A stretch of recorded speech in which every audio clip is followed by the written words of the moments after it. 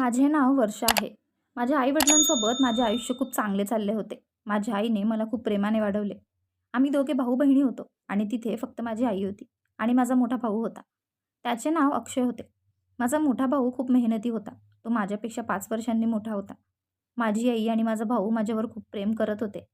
माझे वडील खूप वर्षांपूर्वी आम्हाला या जगातून सोडून गेले होते. तेव्हापासून घराची सर्व जबाबदारी माझ्या भावाच्या खांद्यावर आली होती. आयुष्य खूप आनंदात चालले होते. पण मग अचानक एक वादळ आले ज्याने माझे आयुष्य पूर्णपणे उद्ध्वस्त केले. मला तुम्हाला हे सांगायलाही लाज वाटते कारण काही नाती अशी असतात की लोकांसमोर लाज वाटायला लावतात. मी ही गोष्ट सांगत असताना माझे मन रक्ताचे अश्रू ढाळत आहे. काश आज मी जिवंत नसते. आईसोबत मेले असते. तर आज हा दिवस बघायची गरज नसती. कारण असेच काहीसे माझ्या बाबतीत घडले आहे. माझ्यावर अन्याय करणारे दुसरे कोणी नाही तर माझा भाऊ होता. भाऊ-बहिणीचं नातं हे पवित्र नातं आहे. पण माझ्या भावानं त्या नात्याचं मोल कायमचं तोडलं आहे. माझ्या भावाने माझ्यासोबत जेवढे वाईट केले आहे, तेवढे कोणत्याही भावाने आपल्या बहिणीसोबत केल्याचे मी कधीच ऐकले नाही. माझ्या जवळच्या आणि मोठ्या भावाने माझ्याशी जेवढे वाईट केले, तसे कोणत्याही भावाने आपल्या बहिणीचे केले नसेल. माझ्या मोठ्या भावाला भाऊ म्हणायला मला लाज वाटते. जरी तो तसा नव्हता. त्याचं आधी माझ्यावर खूप प्रेम होतं. त्याने माझ्यासाठी जीव दिला. पण नंतर असे काही घडले, की त्याने मला तोंड दाखवायलाही सोडले नाही. अक्षय माझा एकुलता एक भाऊ होता. मी त्याला माझे सर्वस्व मानले. एक चांगला मित्र, चांगला भाऊ आणि तो देखील माझ्या वडिलांसारखा होता. कारण जेव्हा माझे वडील वारले तेव्हा मी खूप लहान होते आणि माझी प्रत्येक मागणी त्याला पूर्ण करायची होती. माझ्या भावाने ते पूर्ण केले होते. त्यामुळे तो एक प्रकारे माझ्या वडिलांसारखाच होता. भैय्या जवळपास 27 वर्षांचा होता, पण त्याचे अजून लग्न झाले नव्हते. मी फक्त 22 वर्षांची होते. पण माझी आई माझ्यासाठी नातं शोधत होती. भाऊ माझ्यापेक्षा खूप मोठा होता. त्यामुळे भावाच्या आधी लग्न व्हायला हवे होते. पण जेव्हाही भाऊ आईशी याबद्दल बोलायचा तेव्हा आई त्याला सतत खळसवायची आणि म्हणायची की आधी तुझी तरुण बहीण घरात बसली आहे. आधी तिचा विचार कर. तू मुलगा आहेस, तुझे लग्न केव्हाही होईल. पण भावाने आधी बहिणीच्या जबाबदारीतून मुक्त होणे चांगले. त्यानंतरच त्याने स्वतःबद्दल विचार केला तर चांगले होईल. नेहमी स्वतःबद्दल विचार करू नको. तुझ्यावरही खूप जबाबदाऱ्या आहेत आणि तू तुझ्या जबाबदाऱ्या चांगल्या प्रकारे पार पाडाव्यात. आईचे म्हणणे ऐकून भाऊ रागाच्या भरात स्वतःला खोलीत कोंडून घेत असे. यावरून दररोज घरात भांडणे होत होती आणि हा सगळा गोंधळ मी मूकपणे पाहत होते. मला वाटले की दादा बरोबर आहे कारण हे त्याचं लग्नाचं वय होतं आणि त्याच्यासोबतचे सगळे मित्रांचे पण लग्न झाले होते. हळूहळू भावाचे वय वाढत गेले आणि अशा प्रकारे भावाचे वय 32 वर्ष झाले. पण आजपर्यंत त्याला लग्नाचे सुख पाहता आले नाही. मी 27 वर्षांची होते. माझे पदवीचे शिक्षण पूर्ण झाले. मला अभ्यास करून नोकरी करायची होती. पण आई म्हणाली की नोकरी करायची गरज नाही. तुझ्या सर्व जबाबदाऱ्या पार पाडणे हा तुझ्या भावाचा अधिकार आहे.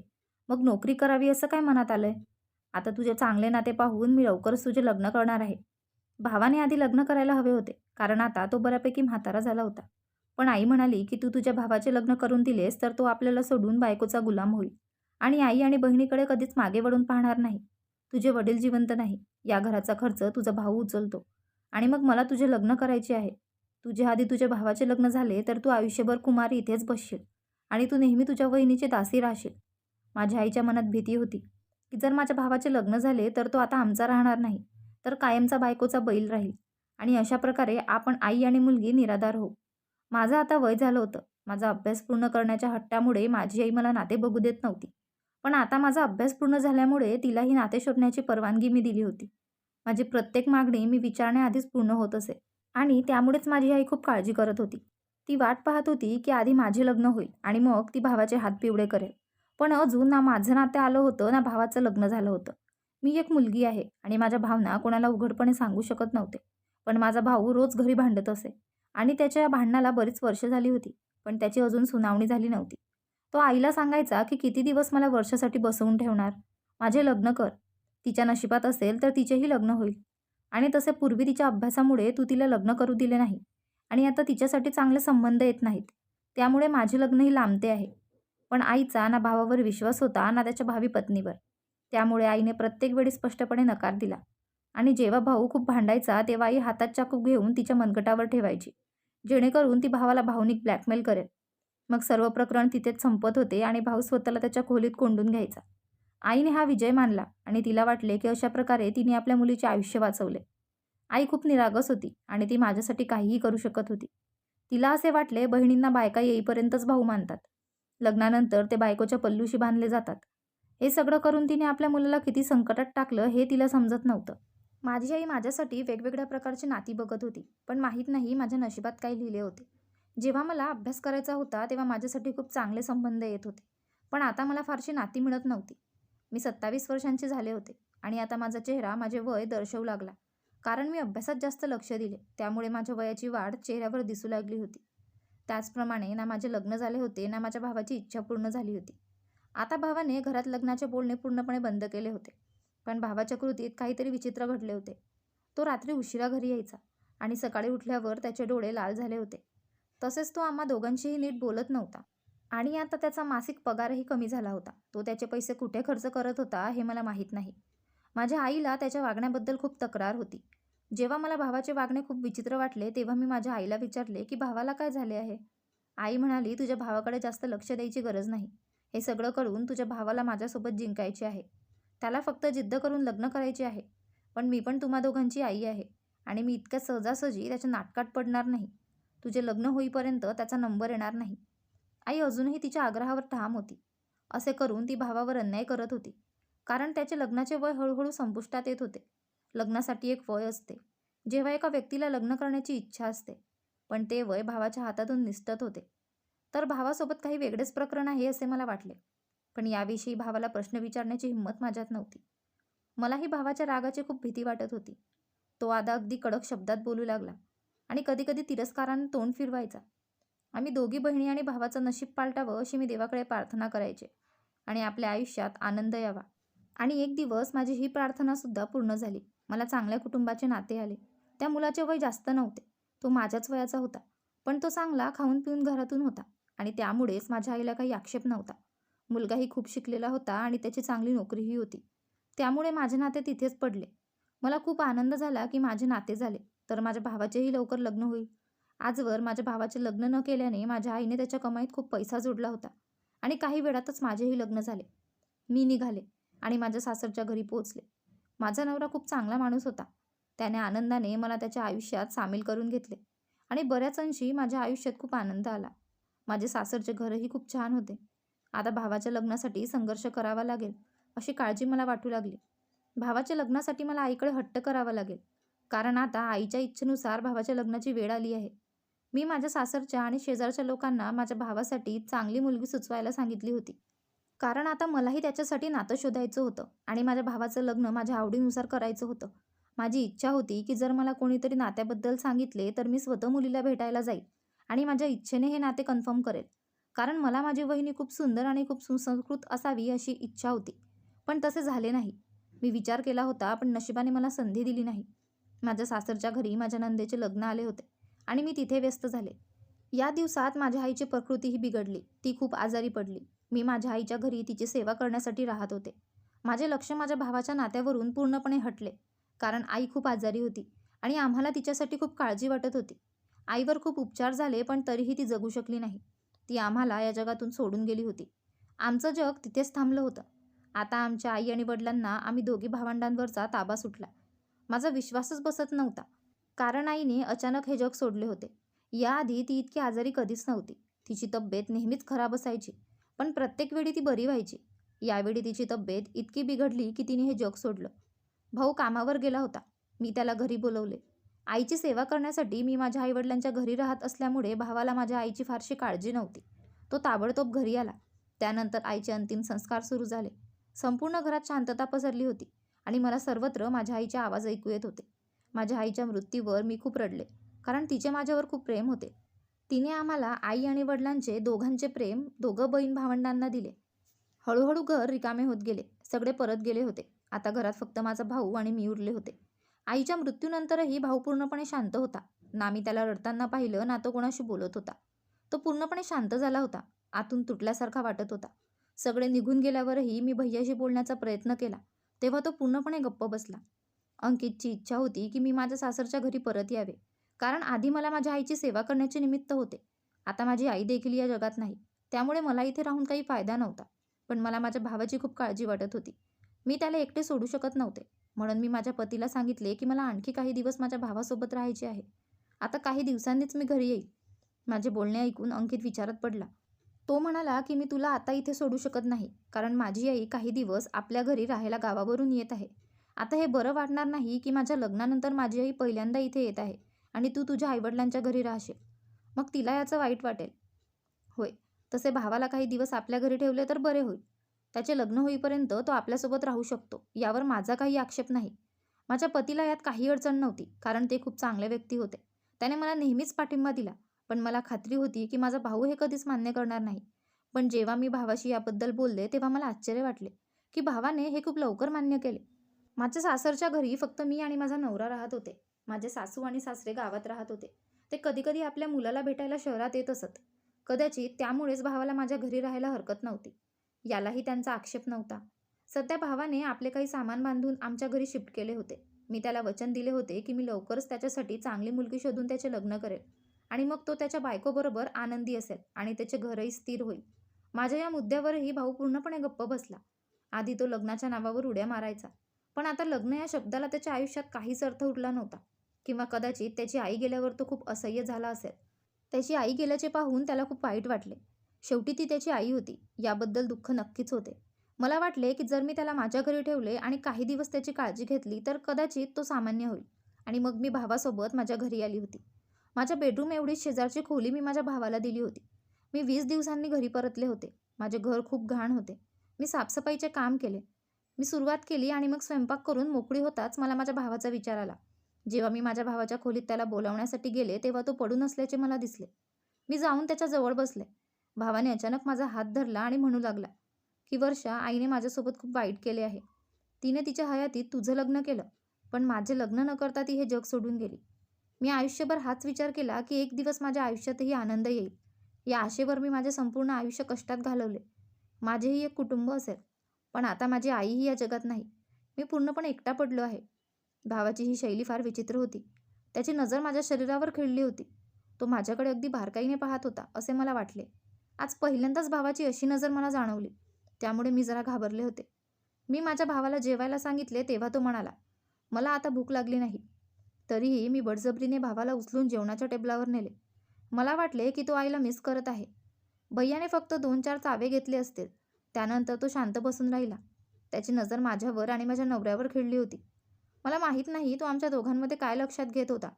जेवताना माझे पती दिवसाच्या भूतकाळाबद्दल बोलायचे. त्याचे भावाकडे अजिबात लक्ष नव्हते. पण पुन्हा पुन्हा माझे लक्ष फक्त भावाकडेच होते. मला वाटले माझ्या घरी आल्यानंतर त्याला चैन पडत नसेल. म्हणूनच मला स्वतःला माझ्या आईवडिलांच्या घरी राहायचे होते. पण माझ्या पतीमुळे मला परत यावे लागले. त्यांनाही बराच वेळ जेवणाचा त्रास होत होता. आता त्याला रोज बाजारातून अन्न विकत घेता येणार नव्हते. त्याच्यासाठी जेवण बनवायला घरी कोणीच नव्हते. त्यामुळे त्याच्या सांगण्यावरून मला इथे यावे लागले. मी विचार करत होते की आता माझ्या भावाच्या लग्नासाठी लवकरात लवकर काहीतरी करावे. आणि आताही मी तोच विचार करत होते. रात्र झाली की भाऊ, मी आणि माझा नवराही झोपायला आमच्या आमच्या खोलीत गेलो. माझा पती खोलीत येऊन आडवा झाला. माझ्या पतीने मला गप्प बसलेले पाहून विचारले, वर्षा, तुझी काय समस्या आहे? तू नाराज दिसत आहेस. तुला तुझ्या आईची आठवण येते आहे का? मी माझ्या पतीला सांगितले की आईला जावे लागले आणि ती गेली आहे. पण आता मला माझ्या भावाची काळजी वाटते. तो खूप वयस्कर झाला आहे. आता त्याचे लग्न झाले पाहिजे. आणि आता तो एकटा आहे. त्याला त्याच्यासोबत कोणीतरी हवे आहे. मी त्याला असं अस्वस्थ पाहू शकत नाही. माझे म्हणणे ऐकून माझे पती म्हणू लागले की माझ्या ऑफिसमध्ये 2 मुली आहेत, ज्यांच्या घरच्या जबाबदारीमुळे अजून त्यांचे लग्न झालेले नाही. तुम्ही म्हणाल तर मी त्यांच्याशी बोलून बघेन. मुली दिसायला खूप छान आहेत. मुली तुम्हाला पाहताच तुला आणि तुझ्या भावाला आवडतील. हे ऐकून मला खूप आनंद झाला आणि मी माझ्या पतीला सांगितले की ठीक आहे. एकदा मी मुलींना पाहिल्यानंतर आम्ही त्यांच्याशी असलेल्या आमच्या संबंधाबद्दल बोलू. मी स्वतः मुलींना बघेल. माझ्या पतीशी बोलल्यानंतर माझे हृदय थोडे हलके झाले. मला दिलासा मिळाला. 2 दिवस असेच गेले आणि मग माझ्या पतीने मला अशी बातमी सांगितली. हे ऐकून मी अस्वस्थ झाले. तो म्हणाला की माझी आई 2-3 दिवस येणार नाही, पण 1 महिना किंवा जास्त वेळ इथे राहणार आहे. तिला काही दिवस आपल्यासोबत राहायची आहे. ती गावातून येत आहे. त्यांच्याबद्दल बोलल्याने मी काळजीत पडले. मला त्यांच्या येण्याने काही अडचण नव्हती. पण आता माझा भाऊ पण माझ्यासोबत घरात राहत होता आणि माझ्या सासूबाईंचा यावर काही आक्षेप असेल अशी भीती मला वाटत होती. कारण माझ्या सासूबाईंना हे अजून माहीत नव्हते. पण असे झाले की माझ्या सासूबाई आल्या होत्या आणि त्या 2 दिवसांपासून आमच्या घरी थांबल्या होत्या.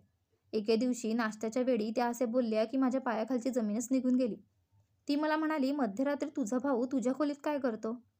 मी हैराण होऊन माझ्या सासूबाईंकडे बघितले आणि विचारले की माझा भाऊ आमच्या खोलीत काय येईल, आणि तेही मध्यरात्री? माझ्यासोबत माझे पतीही बसले होते. त्यालाही आईच्या बोलण्याने आश्चर्य वाटले. तोही बघू लागला. माझ्या सासूबाईंनी माझ्याकडे रागाने पाहिलं आणि म्हणाल्या, सुनबाई, तुझा भाऊ मध्यरात्री तुझ्या खोलीत येतो. हे मी माझ्या डोळ्यांनी पाहिलं आहे. मी तेच विचारते. रात्री तुमच्या खोलीत त्याचे काय काम?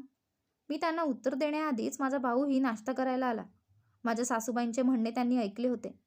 माझ्या सासूबाईंच्या बोलण्यावर तो लगेच रागावला आणि म्हणाला, मामी तुम्ही काय बोलताय? माझ्या बहिणीच्या खोलीत माझे कोणते काम? मी दिवसभर कामावर असतो आणि संध्याकाळी थकून घरी येतो. पण माझ्यामुळे तुम्हाला काही अडचण येत असेल तर मी परत जातो. एवढं बोलून दादा उठला आणि त्याच्या खोलीत जाऊ लागला. पण मी त्याला लगेच थांबवलं आणि आईचा काही गैरसमज झाल्याचे सांगून त्याची माफी मागितली. तू आरामात बस आणि नाश्ता कर. असे काहीही नाही. माझ्या पतीनेही माझ्या भावाला थांबवल्यावर तो खाली बसला आणि नाश्ता करू लागला. तर माझ्या सासूबाईंच्या चेहऱ्याचा रंग नक्कीच खाली उतरला होता. काही वेळाने माझा भाऊ कामावर निघून गेला आणि माझे पतीही ऑफिसला जाण्यासाठी घराबाहेर पडले. माझ्या सासूबाई माझ्याकडे आल्या आणि म्हणाल्या की सुनबाई, मी कोणतेही चुकीचे कृत्य केलेले नाही. तुझा भाऊ खरंच काहीतरी चुकीचं करत आहे. तो बरोबर नाही. मी रागाने माझ्या सासूबाईंना म्हणाले की तुम्ही इथे काही दिवसांचे पाहुणे म्हणून आला आहात, तर पाहुणे म्हणूनच राहिल्यास बरे होईल. कृपया आमच्या कौटुंबिक बाबींमध्ये ढवळाढवळ करू नका आणि विशेषतः माझ्या भावाबद्दल काही बोलायची गरज नाही. माझे बोलणे ऐकून माझ्या सासूबाईंना खूप राग आला आणि त्या म्हणाल्या, तुझ्या भावाच्या या वागण्याला तुला एक दिवस पश्चाताप करावा लागेल असे वाटते. तेव्हा तुला समजेल की मी बरोबर होते. असे बोलून ती परत तिच्या खोलीत गेली आणि मी तिच्या बोलण्याने अस्वस्थ झाले. ती काय बोलत होती हे माहीत नाही. तिला अजून काय बोलायचे होते ते मला काहीच समजले नाही. तिने मला धमकावून तिथून निघून गेल्यासारखं वाटलं. मी संध्याकाळी अंकितला हे सांगितल्यावर तो काळजी करू नकोस म्हणू लागला. आई कधीकधी उष्णतेमुळे तिच्या खोलीचा दरवाजा उघडा ठेवते. आता आपण आपल्या खोलीला कुलूप लावून झोपू. अंकितच्या या गोष्टीने माझं मन खूप दुखावलं. मी अंकितला सांगितले होते की तुम्ही माझ्या भावावरही संशय घेत आहात, कारण तुम्ही खोलीला कुलूप लावण्याचे बोलत आहात. तो म्हणू लागला, काही फरक पडत नाही. आई इथे आहे तोपर्यंत आपण काळजी घेतली पाहिजे. तिने रागावून येथून जाऊ नये असे मला वाटते. असो, ती कधीतरी इथे येते आणि त्यानंतर माझा नवरा खोलीचा दरवाजा बंद करून झोपू लागला. काही दिवस असेच शांततेत गेले. मग माझ्या सासूबाईंनी नवीन एकच गोंधळ निर्माण केला. तुझा भाऊ तुला नशेची औषधे देतो असे ती म्हणू लागली. तो तुझ्याशी वैर का ठेवत आहे किंवा त्याला तुझ्याकडून काही हवे आहे का हे माहीत नाही, पण तुम्ही लोक माझ्या बोलण्यावर विश्वास ठेवत नाही. मी आणि अंकित दोघेही माझ्या सासूबाईंच्या खोलीत बसलो होतो. तिचे बोलणे ऐकून रागाने माझे रक्त उसळले होते. तिने माझ्यासाठी एक नवीन समस्या निर्माण केली होती. मी माझ्या नवऱ्याकडे बघितल्यावर तो आईला विचारू लागला की ती असे का बोलत आहे. वर्षाचा भाऊ खूप चांगला माणूस आहे. आम्ही त्याच्यासाठी मुलगी शोधत आहोत जेणेकरून त्याचे लवकरात लवकर लग्न होईल. त्यानंतर तो त्याच्या पत्नीसोबत आनंदी असेल. माझ्या सासूबाई म्हणाल्या, मला तुझ्या हेतूवर शंका नाही, पण वर्षाच्या भावाच्या मार्गात काहीही चांगले नाही. पूर्वी तो मध्यरात्री तुमच्या दोघींच्या खोलीत यायचा आणि काल रात्री मी त्याला स्वतः तुमच्या दुधात औषध मिसळताना पाहिलं. ती काही पांढरी पावडर होती. मला खात्री आहे की तो तुम्हाला औषधे देतो. आईचे म्हणणे ऐकून माझ्या पतीने माझ्याकडे विचित्र नजरेने पाहिले आणि विचारले, तुझा भाऊ हे काय करतो? माझी आई असं खोटं बोलू शकत नाही. काहीतरी दुसरे असले पाहिजे. माझ्या सासूबाईंच्या म्हणण्यावर माझ्या नवऱ्याचा अचानक विश्वास बसला. मी माझ्या पतीला म्हणाले की तू शुद्धीत तर आहेस ना? जर त्यांनी आपल्याला नशेचे औषध दिले असते तर आपल्या दोघींना कशी शुद्ध आली असती? आईचा काही गैरसमज झाला असावा. माझी सासू म्हणाली, सुनबाई, मी म्हातारी झाली असेल, पण मी इतकी वेडी नाही की हे सगळं डोळ्यासमोर बघूनही मी दुर्लक्ष करू शकते. तुम्ही दोघांनीही सावध राहा. असे नाही की एखाद्या दिवशी तुम्ही तुमच्या नशिबावर रडाल. मला वाटतं तुझ्या भावाची काही समस्या आहे. माझ्या सासूबाईंचे बोलणे ऐकून माझा नवराही खूप चिडला आणि भावाच्या खोलीकडे गेला. त्याने माझ्या भावासमोर उभे राहून विचारले, रात्री आमच्या दुधात कोणते औषध मिसळले? माझ्या नवऱ्याचे बोलणे ऐकून माझ्या भावाला धक्का बसला आणि तो त्याच्याकडे काळजीने पाहू लागला आणि तो म्हणू लागला की मी तुमच्या दुधात काहीही का मिसळू आणि तू कोणते औषध बोलतो आहेस? तुमचा गैरसमज झाला असेल. माझ्या आईने मला हा प्रकार सांगितल्याचे सांगून माझ्या पतीला राग आला. त्याने त्याला सांगितले की तुला हे कृत्य करताना तिने स्वतःच्या डोळ्यांनी पाहिले आहे आणि पूर्वी तू गुपचूप आमच्या खोलीत यायचास आणि आता तू आमच्या दुधातही काहीतरी मिसळून आम्हाला देत आहेस. आम्ही तुझ्या कल्याणाचा विचार करत आहोत. आम्ही तुला आमच्या घरात राहण्यासाठी जागा दिली. आम्ही तुला इथे आणले आणि तू आमचा शत्रू बनत आहे. माझ्या भावाने माझ्याकडे रागाने पाहिले आणि सांगितले की मी आत्ता आणि या क्षणी माझ्या घरी जात आहे. भविष्यात मला तुझा भाऊ म्हणू नकोस. मी या घरात कधीही पाऊल ठेवणार नाही. तुझ्या सुखासाठी मी आयुष्यभर माझ्या सुखाचा त्याग केला आणि आज तुझा नवरा मला कोणत्या कोणत्या गोष्टी सांगत आहे. मी या घरात राहावे असे त्याला किंवा तुझ्या सासूला वाटत नाही. त्यामुळे मला बाहेर काढण्यासाठी हे दोघेही आई आणि मुलगा अशा गोष्टी बोलत आहेत. भाऊ रागाने सामान बांधू लागला म्हणून मी त्याला थांबवण्याचा प्रयत्न केला. पण अंकित म्हणाला की तुझ्या भावाला जाऊ दे. आता त्याचे इथे राहणे योग्य होणार नाही. मला अंकितकडून अशा वागण्याची अजिबात अपेक्षा नव्हती. किंबहुना मी असा विचारही केला नव्हता. तो त्याच्या आईच्या अशा मूर्खपणाला बळी पडेल ज्याला काही अर्थ नाही. एखादा भाऊ आपल्या बहिणीचे वाईट कसे करू शकतो? त्यामुळे मला राग आला आणि मी माझ्या पतीला सांगितले की माझा भाऊ येथे नसेल तर मीही इथे राहणार नाही. तू माझ्या भावावर विश्वास ठेवू शकत नाहीस तर मी तुझ्यावर कसा विश्वास ठेवू? माझा नवरा रागाने म्हणाला, ठीक आहे, मग तू पण तुझ्या भावासोबत माझे घर सोड. तू ते पाहू शकत नाहीये तुझा भाऊ तुझ्यासोबत काय करतोय. माझ्या नवऱ्याचे बोलणे ऐकून माझ्या डोळ्यात पाणी आले. मला त्याच्याकडून ही अपेक्षा नव्हती. मी माझ्या भावाला सांगितले की मी पण येते तुझ्याबरोबर. आणि मग मी थोडे सामान पॅक केले. मी माझ्या भावासोबत माझ्या आईवडिलांच्या घरी आले होते. अंकितवर माझं खूप प्रेम होतं, पण माझ्याकडून अजिबात अपेक्षा नव्हती. तो माझ्याशी असे वागेल असे मला वाटले नव्हते. त्याने मला थांबवण्याचा अजिबात प्रयत्न केला नाही. आईच्या बोलण्याचा गैरफायदा घेत तो माझ्या भावाला दोष देणार नाही तर त्याचा अपमानही करेल आणि त्याला घरातून हाकलून देईल. मी स्वतः तुझे लग्न करून देईल आणि लवकरात लवकर तू चांगलं आयुष्य जगू शकशील असे आश्वासन दिले होते. दिवसभर घरची कामे करायची आणि संध्याकाळी मी मुलींना पाहायला बाहेर जायचे. पण आजपर्यंत मला माझ्या भावासाठी एकही परफेक्ट मुलगी सापडली नाही. मग शेवटी बऱ्याच दिवसांनी मला एक मुलगी आवडली. ती खूप चांगल्या कुटुंबातील होती आणि खूप सुंदर होती. मला पाहताच ती मुलगी आवडली आणि मी तिला माझी वहिनी बनवायचे ठरवले होते. जेव्हा मी घरी आले आणि माझ्या भावाला हे सांगितले तेव्हा त्याने स्पष्टपणे नकार दिला. पण त्याने असे काही बोलले की ऐकून मला धक्काच बसला. तो मला आता लग्न करायचे नाही असे सांगू लागला. मी रागाने माझ्या भावाला म्हणाले, तू असे का करतो आहेस? मी तुझ्यासाठी रात्रंदिवस मुलगी शोधली आहे आणि तुझ्यासाठी मी माझे घर सोडले जेणेकरून तू सुखी राहशील. तुझ्याकडे एक स्थिर घर असू शकते आणि तुला आधार देण्यासाठी कुणीतरी असू शकते. जर तू लग्न केले नाही तर तू तुझे संपूर्ण आयुष्य एकटे कसे घालवशील? भाऊ हसला आणि म्हणाला, मी एकटा नाही. आता तू पण माझ्यासोबत या घरात राहतेस. होय, आपण दोघेही आपले संपूर्ण आयुष्य असेच एकत्र घालवू. भावाचे शब्द माझ्या डोक्यावरून गेले होते. मी म्हणाले की आता मुलगी सापडली तर काय प्रॉब्लेम आहे? भाऊ म्हणू लागला की मी ज्या मुलीवर प्रेम करत होतो तिचे आता लग्न झाले आहे. मी माझ्या आईला अनेक वेळा सांगितले होते की माझे लग्न करून दे, पण माझ्या आईने हे कधीच मान्य केले नाही आणि त्या मुलीच्या घरच्यांनी तिचं दुसरीकडे लग्न करून दिलं. त्या दिवसानंतर मी पुन्हा लग्न करण्याचा विचार केला नाही. मला ती मुलगी खूप आवडत होती आणि ती पण माझ्यावर खूप प्रेम करत होती. मी तिला वचन दिले होते की मी तिच्याशी नक्की लग्न करेन. पण मी आईला सांगून कंटाळलो होतो, पण तिने कधी माझ्या लग्नाचा विचार केला नाही. आणि मी माझ्यासाठी हे तुला कधीच सांगितले नाही की तू मुलगी शोध. तूच माझ्या लग्नासाठी मुलगी शोधायला प्रयत्न करत होतीस. पण मला लग्न करायचे नाही कारण माझे प्रेम आता दुसऱ्याचे आहे. मी तिच्याशिवाय इतर कोणाचाही विचार करू शकत नाही. भावाचे हे बोलणे ऐकून मी त्याला आश्चर्याने विचारले की तू मला हे आधी का सांगितले नाहीस? मला वाटले काही दिवसांचीच गोष्ट आहे, म्हणूनच मी तुला माझ्या सासरच्या घरी नेले होते. मी जे बोलले ते ऐकून माझा भाऊ असा बोलला की माझ्या पायाखालची जमीनच सरकली आणि माझ्या कानांवर माझा विश्वास बसत नव्हता की मी माझ्या भावाच्या तोंडून हे ऐकत आहे. तुमची आवडती वस्तू तुमच्या हातातून हिसकावून घेतल्यावर कसं वाटतं हे तुला सांगावं म्हणून मी तुझ्या घरी गेलो होतो, असा तो म्हणाला. मलाही अशीच समस्या होती. आईने तुझ्यासाठी माझे लग्न केले नाही. आधी तू अभ्यास करण्याचा आग्रह धरलास आणि त्यानंतर मला तुझ्यासाठी नातं मिळू शकले नाही. त्यामुळे माझे जीवन निघत गेले आणि मी त्या मुलीला पुन्हा पुन्हा आश्वासन देत राहिलो की मी तिच्याशी लग्न करेन. पण मग एक दिवस मी हार मानली आणि तिचा विश्वासघात केला. तिच्या नजरेत मी फसवा झालो. तिच्या घरच्यांनी तिचे लग्न दुसरीकडे लावले. मी माझे प्रेम गमावले आणि नंतर तुला अंकितसह निरोप दिला. तुम्ही दोघंही चांगलं आयुष्य जगण्यात बिझी होता आणि माझ्या फिलिंगचा कोणी विचार केला नाही. जेव्हा आई हे जग सोडून गेली तेव्हा मी पूर्णपणे एकटा पडलो. माझे लग्न होईपर्यंत माझी जबाबदारी पार पाडण्याचे वचन तू दिले होतेस. माझ्यासाठी तू आयुष्यभर स्वतःचा त्याग करू शकली नाहीस, पण तुझ्यामुळे मी माझे संपूर्ण आयुष्य अर्पण केले. तुझ्या आणि आईसाठी सर्व काही ऐकले. तुझा प्रत्येक आनंद पूर्ण केला. म्हणूनच मी ठरवलं होतं की मी तुला आणि अंकितला एकत्र राहू देणार नाही. तुझ्या सासूबाईंनी जे सांगितले ते बरोबर होते. मी तुम्हा दोघांना दुधात मिसळून औषध देत होतो. या औषधाने तू कधीच आई होऊ शकणार नाहीस आणि तुझा नवरा तुला सोडून दुसरं लग्न करेल. पण तुझ्या सासूबाईंनी मला पाहिलं आणि माझं काम सोपं झालं. तिनेच तुला कायमच्या घरातून हकलून दिले. आता तू पण माझ्याबरोबर आयुष्य इथेच घालवशील, जेणेकरून माझ्यावर किती अत्याचार झाले हे तुलाही कळेल. भावाचे ऐकून मला असे वाटले की माझ्या शरीरातून आत्मा निघून जात आहे. माझ्या कानांवर विश्वास बसत नव्हता. मला माझ्या भावाकडून ही अपेक्षा नव्हती. तो मला एवढा कसा फसवू शकतो? शेवटी माझी चूक नसली तरी मी त्याची बहीण होते. मला त्याची नेहमी काळजी वाटायची.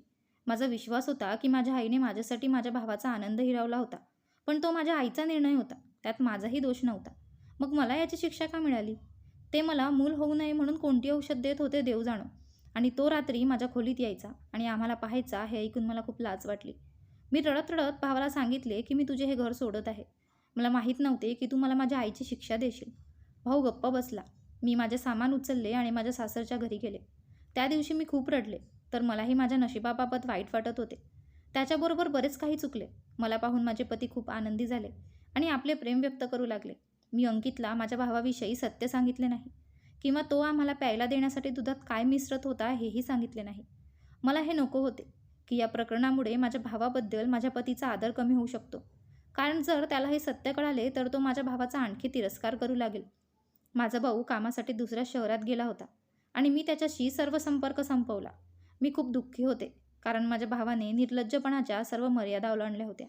परंतु देवाचे आभार मानते की माझ्या पतीने प्रेमाने माझे उजाड आयुष्य पुन्हा सजवले. मी भावाशी सर्व संबंध संपवले आणि भावानेही माझ्याशी बोलण्याचा प्रयत्न केला नाही. तो दुसऱ्या शहरात गेला आहे. मी याबद्दल आनंदी आहे कारण आता मला त्याची काळजी करण्याची गरज नाही, कारण तो तिथे एकटा नाही. त्याच्यासोबत अनेक लोक राहतात. आता मला फक्त माझ्या आयुष्यावर लक्ष केंद्रित करायचे होते.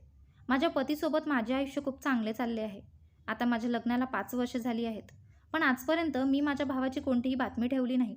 त्याच्यात काहीतरी चूक होती हे खरे, पण त्याने माझ्याशी असे वागायला नको होते, कारण त्यांच्याबद्दल मी कधीच वाईट विचार केला नाही. आजही माझ्या आयुष्यात घडलेल्या गोष्टीचा मला खूप पश्चाताप होतो. मला अजूनही मुलाची आस आहे. माझ्या भावाने मला आयुष्यभराचे दुःख दिले आहे. मी त्यांना कधीच माफ करणार नाही. पण माझ्या पतीने याबद्दल माझ्याकडे कधीही तक्रार केली नाही, कारण त्यांना वाटते की मूल होणे ही देवाची देणगी आहे. जेव्हा देव आपल्याला पालक बनवेल तेव्हा आपण बनू. देव कोणालाही निराश करत नाही. माझा नवरा खूप चांगला आहे आणि माझ्यावर खूप प्रेम करतो. पण मी रोज देवाला प्रार्थना करते की त्याने माझी ओटी भरावी आणि देवाच्या लीलेवर माझा पूर्ण विश्वास आहे. त्याला हवे असल्यास तो काहीही करू शकतो. तुम्हीही माझ्यासाठी प्रार्थना करा, एवढेच म्हणेल. मला आशा आहे की तुम्हाला आमची कथा आवडली असेल. जर तुम्हाला कथा आवडली असेल तर चॅनलवरील व्हिडिओला लाईक करा.